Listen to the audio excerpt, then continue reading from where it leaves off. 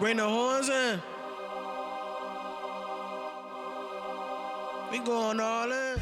When we began to do the trials, and we got lawyers, political lawyers, guild lawyers, some from the NCBL, and they were assigned to the individual cases. And I know Danny was involved in a case, Indictment 10, where everybody was acquitted. It was the last trial, and that was very well celebrated. And then the first trial was of Charlie Pernaselis and Sacagawea John Hill. And they were two young Native American prisoners who were in there for parole violations. They shouldn't even been in Attica. They were under 21, and they were, Pernaselis was represented by Ramsey Clark, and John Hill was represented by William Kunstler. And they were convicted because they were convicted of the murder of Quinn, the guard that was kind of trampled and beaten when they first broke through the Times Square gate.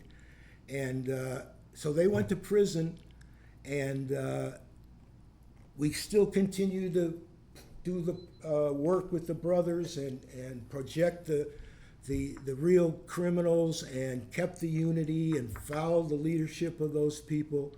And ultimately, no one else was convicted. Even there were a couple other trials. And then what happened as a result of the political work and the legal stymies of these trials, because they were being delayed and they were, having to answer all these motions.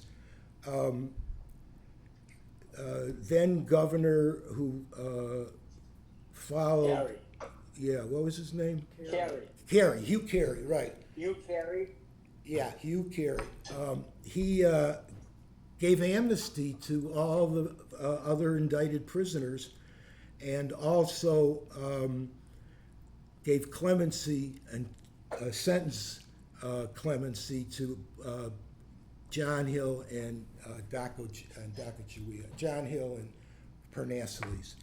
And that, as a result of that, no prisoner was in prison as a result of the Attica Rebellion and resistance.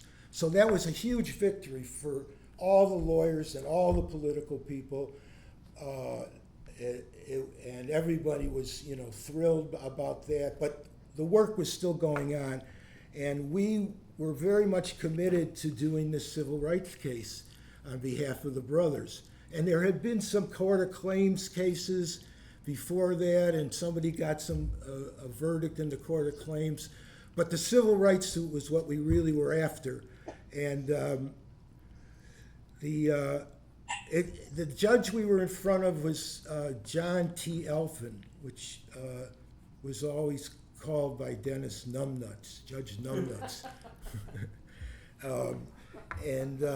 He was just a weird judge who didn't want to do anything, and he stalled that case for he sat on the motion to dismiss for 6 years.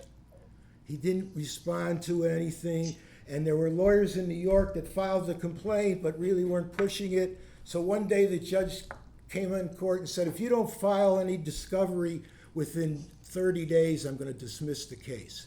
And that's when Black went to Liz and said, you got to do this case. And then Liz came to me and Dennis and Joe Heath and said, you got to do this case with us. So we decided we would do the case, and we filed the discovery that we had to do, and we got ready for trial. And of course they appealed, Rockefeller being in the lawsuit, and the circuit dismissed Rockefeller, and they appealed to the defendants in the suit were Oswald, the commissioner, Mancusi, the warden, Monahan, the head of the... Dunbar. And Dunbar, right, and Fail. I don't think Dunbar was a defendant in the case, but he could have been. I'm just not sure. I don't remember him being a defendant. So he's picking the jury now for this case that we've been waiting for years. It's now 1991, and so it's 20 years later. And he starts picking the jury. He doesn't ask them one question about what they think of prisoners, if they have any relatives or friends that were at Attica. He refuses to ask any questions like that.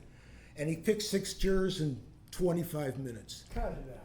And we looked at each other and said, we're not going to participate. We went out in the hall and talked to each other, and we came in and we lambasted that judge. We said, we're not going forward in this case unless you pick a jury properly, and we're going to just walk out. And we all made statements as to that. And he didn't excuse the jurors he picked. He had 6 jurors. But the next 6 that he picked, which took about 5 hours, was as a result of him changing and asking these questions that we had asked him to ask or said we wouldn't continue. Bring the horns in. We going all in.